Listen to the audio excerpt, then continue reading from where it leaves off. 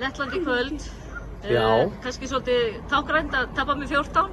Já. Það sem við tölum í gær að þær hafa verið að missa niður fórskotið, lettarnir, en við náðum því ekki. Nei, þetta svona, ég veit ekki alveg hvað það er og maður á nú eiginlega ekkert að vera að segja eitthvað eftir leiki og sérstaklega ekki tapleiki, en svona tilfinningi mín er að okkur vantar smá reynslu í þetta.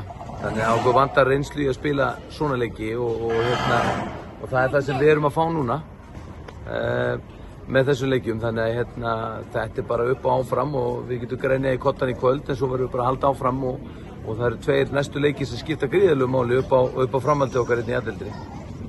Óli, frídagur morgun, svo er það Holland.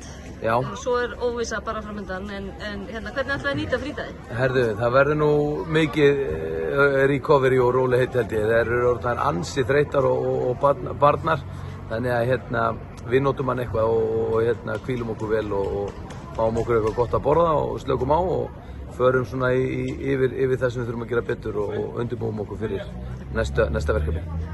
Takk fyrir. Takk fyrir þetta.